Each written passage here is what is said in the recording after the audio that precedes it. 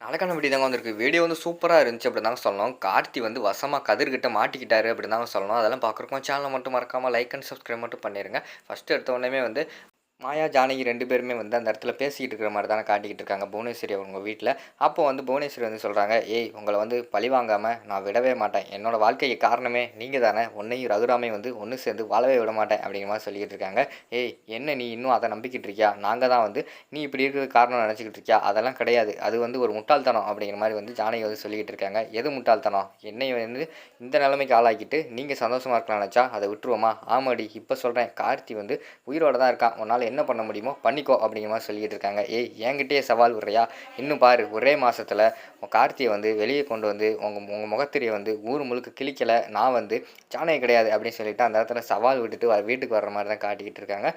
வீட்டுக்கு வந்த உடனேயுமே ஃபஸ்ட்டு வந்து தனம் வந்து வெளியில நின்னுக்கிட்டு இருக்காங்க. வெளியில நின்ன உடனே, "அம்மா எங்கம்மா போயிட்டு வாரீங்க?" அப்படிங்கிற மாரி சொல்றாங்க. அதுக்கு வந்து நம்ம ஜானகி வந்து சொல்றாங்க, "இங்க பாரு தனம், நீ வந்து என்ன முடிவு எடுத்திருக்க கதிரோட வாழ்க்கைக்கு?" அப்படிங்கிற மாரி நெனச்சுக்கிட்டு இருக்காங்க. "அம்மா எனக்கே தெரியலம்மா. அப்பாவ மீறி என்னால எதுவுமே பண்ண முடியாது." அப்படிங்கிற மாரி சொல்லிக்கிட்டு இருக்காங்க. "ஏய் அந்த கதிர் வந்து உனக்காக அவனோட வாழ்க்கையே தொலைச்சிருக்கான். அவனுக்கு அப்பாவும் இல்ல, அம்மாவும் இல்ல. சின்ன வயசுலேருந்து நம்ம கண்ணு முன்னாடி வளர்ந்த பையன். அது மட்டும் இல்லாம அவனோட வாழ்க்கைய தொலைச்சிட்டு உன் கழுத்துல தாலி கட்டியிருக்கான். அப்படி இருக்கும்போது நீ அவனுக்காக தாண்டி இருக்கணும்." அப்படிங்கிற மாரி சொல்லிக்கிட்டு இருக்காங்க.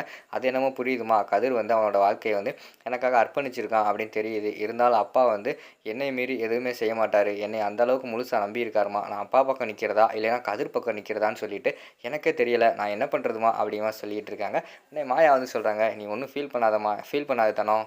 கண்டிப்பா வந்து பெரியப்பாவோட மனசு வந்து மாறிடும். பாத்தியா, நானே வந்து பெரியப்பாவுக்கு பிடிக்காத விஷயத்த நெறைய பண்ணியிருக்கேன். அப்படி இருக்கும்போது என் மேல கோவப்படுறாரு. ஆனா வீட்ல சேர்த்துக்கிறாரு பாத்தியா, அதுலேருந்தே தெரிய வேண்டாமா?" அப்படிங்கிற மாரி சொல்லிக்கிட்டு இருக்காங்க. ஜானகி சொல்றாங்க, "ஆமா தனம், பாத்தியா என்னைய கூட தான் அவருக்கு பிடிக்கல இப்ப ரீசெண்டா. ஆனா நான் வந்து ஜெயில்ல இருக்கேன்னு சொல்லிட்டு என்னைய வந்து ஜாமீன்லாம் எடுத்துட்டு வந்துட்டாரு. கண்டிப்பா அவருக்கு கோவம் இருக்கு. கோவம் குறைஞ்சா எல்லாமே புரிஞ்சுக்கிருவாரு. அது மட்டும் இல்லாம கதிர பத்தி தெரிஞ்சுக்கிட்டாருன்னா, கண்டிப்பா வந்து உங்க 2 பேத்த வந்து அவரே சேர்த்து வைப்பாரு." அப்படிங்கிற மாரி சொல்லிக்கிட்டு இருக்காங்க.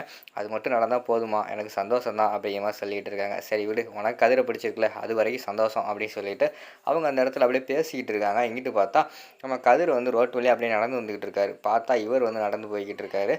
லிங்கம் வந்து அந்த பக்கம் பார்த்து நடந்து போய்க்கிட்டு இருக்காரு. கையில வந்து சாப்பாட்டு பொட்டலத்தோட போய்க்கிட்டு இருக்காரு. இவர் யாதுக்கு இந்த சாப்பாட்ட கொண்டு போய்க்கிட்டு இருக்காரு? யாருக்காக இருக்கும்? ஒரு வேள கார்த்தியா இருக்குமோன்னு சொல்லிட்டு பின்னாடியே ஃபாலோ பண்ணி போய்க்கிட்டு இருக்காங்க. லிங்கம் வந்து பின்னாடி யாராவது வராங்களான்னு சொல்லிட்டு அவரும் பார்த்துக்கிட்டே போய்க்கிட்டு இருக்காரு. அவர் பார்க்குற நேரத்தில வந்து கதிர் வந்து மறைஞ்சு மறைஞ்சு பின்னாடியே போய்க்கிட்டு இருக்காங்க.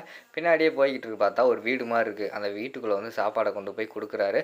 பார்த்தா இவருக்கு வந்து கதிர் தான் இருக்கான்னு சொல்லிட்டு தெரிஞ்சு போச்சு. அதுக்கு முன்னாடி வந்து லிங்கம் வந்து கேட்காரு கார்த்திகிட்ட, "டேய் நான் சாப்பாடு வாங்கிட்டு வரதுக்குள்ள எங்கேயாவது வெளியில கிவெளியில சுத்த வந்தியாடா?" அப்படிங்கிற மாரி கேட்டவுடனே, "அதெல்லாம் வெளியில போகல. வீட்டுக்குள்ளே தான் இருக்கேன்." அப்படிங்கிற மாரி கார்த்தி வந்து சொல்லிக்கிட்டு இருக்காரு. "சரி, சரி சாப்பிடு." அப்படின்னு சொல்லிட்டு சாப்பாட குடுத்துட்டு, அந்த இடத்துல லிங்கம் வந்து போயிடுறாங்க. கதிர் பின்னாடி கூடி வந்து ஜன்னல ஓப்பன் பண்ணி பார்க்காங்க.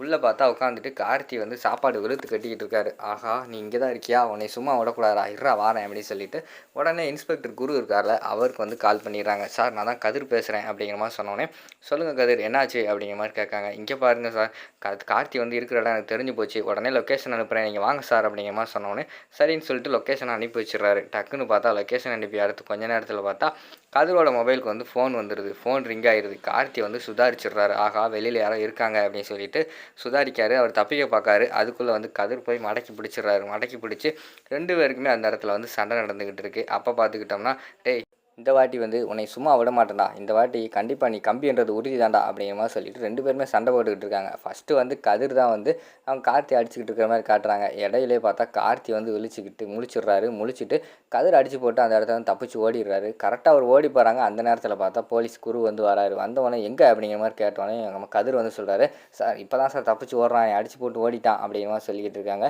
"என்ன கதிர் நான் தான் சொல்லியிருந்தேன்ல, அவன பிடிச்சு வைங்க நான் வந்துடுறேன்னு சொல்லியிருந்தேன்ல." அப்படிங்கிற மாரி சொன்னவுடனே, "இல்ல சார் என் ஃபோன் வேற ரிங் ஆயிடுச்சு. அவன் சுதாரிச்சுட்டான். அதான் தப்பிச்சுருவான்னு சொல்லிட்டு நான் அவன போய் மடக்கி பிடிச்சேன். அதுக்குள்ள வந்து அவன் என்னை அடிச்சு போட்டு தப்பிச்சுட்டான். சார் இப்ப தான் வந்து அவன் உயிரோட இருக்கான்னு சொல்லிட்டு எல்லாத்துக்குமே தெரிஞ்சு போச்சு. உங்களுக்கும் தெரிஞ்சு போச்சுல்ல. இப்போ வந்து எங்க அத்தைய வந்து ரிலீஸ் பண்ணலாமா இந்த கேஸ்ல இருந்து?" அப்படிங்கிற மாரி கேட்காங்க. "அது முடியாது. கோர்ட்ல வந்து ஆதாரத்தோட எதனால நிரூபிக்கணும். நீங்களும் மாயா மட்டும் தான் அவன பார்த்துருக்கீங்க. அப்படி இருக்கும்போது அவன் உயிரோட இருக்கான் அப்படின்னு சொல்லிட்டு ஏதாவது சாட்சி, தடயம் கிடைச்சா தான் நம்ம வந்து பண்ண முடியும்." அப்படிங்கிற மாரி சொல்லிட்டு இருக்காங்க.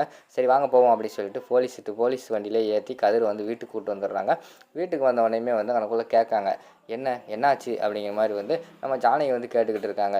ஆமா அத்த. அந்த கார்த்திய வந்து நான் பார்த்தேன் அப்படிங்கிற மாரி சொல்றாங்க. எங்க பார்த்த? அப்படிங்கிற மாரி கேட்டவுடனே, லிங்கம் வந்து சாப்பாடு வாங்கிட்டு போனாரு. அவரு பின்னாடியே ஃபாலோ பண்ணிட்டு போனா, அவன ஒரு வீட்ல வந்து மறைச்சு வச்சிருந்தாங்க. நான் பிடிச்சேன் அப்படிங்கிற மாரி சொல்றாங்க. அப்புறம் என்னாச்சு? அப்படிங்கிற மாரி கேட்காங்க. கால் பண்ணி போலீஸ் ஆஃபீஸர்லாம் வர சொன்னேன். அவர் வந்தவனையும் பார்த்தா, அவன் வந்து தப்பிச்சு போயிட்டான் அப்படிங்கிற மாரி சொல்லிக்கிட்டு இருக்காங்க. இப்ப என்ன பண்றது? அப்படிங்கிற மாரி கேட்டவுடனே, விடு அவன் வந்து உயிரோட இருக்கான்னு தான் தெரிஞ்சு போச்சுல்ல. இனிமே வந்து கண்டிப்பா நம்ம கையில சிக்குவான் அப்படின்னு மாயா சொல்றாங்க. ஆனா, நம்ம ஜானகி இருக்காங்கல்ல, அவங்க வந்து ஃபீல் பண்ணிக்கிட்டே இருக்காங்க. "என்ன பெரியம்மா, எதுக்கு ஃபீல் பண்ணிக்கிட்டு இருக்கீங்க?" அப்படின்னு சொல்லிட்டு மாயா கேட்டவுடனேயும், "இல்ல மாயா, எனக்கு வந்து கவலையா இருக்கு. என்னதான் இருந்தாலும் அவன் கார்த்தி வந்து உயிரோட இருக்கான் அப்படின்னு சொல்லிட்டு எனக்கு சந்தோஷமா இருந்தாலும், இப்ப பார்த்துக்கிட்டோம்னா, என் பொண்ணு வாழ்க்கைய கெடுக்கிறதுக்கு பிளான் போட்டுக்கிட்டு இருக்கிறவன் வந்து உயிரோட இருக்கானே அப்படின்னு சொல்லிட்டு கவலையா இருக்கு." அப்படிங்கிற மாரி சொல்லிக்கிட்டு இருக்காங்க.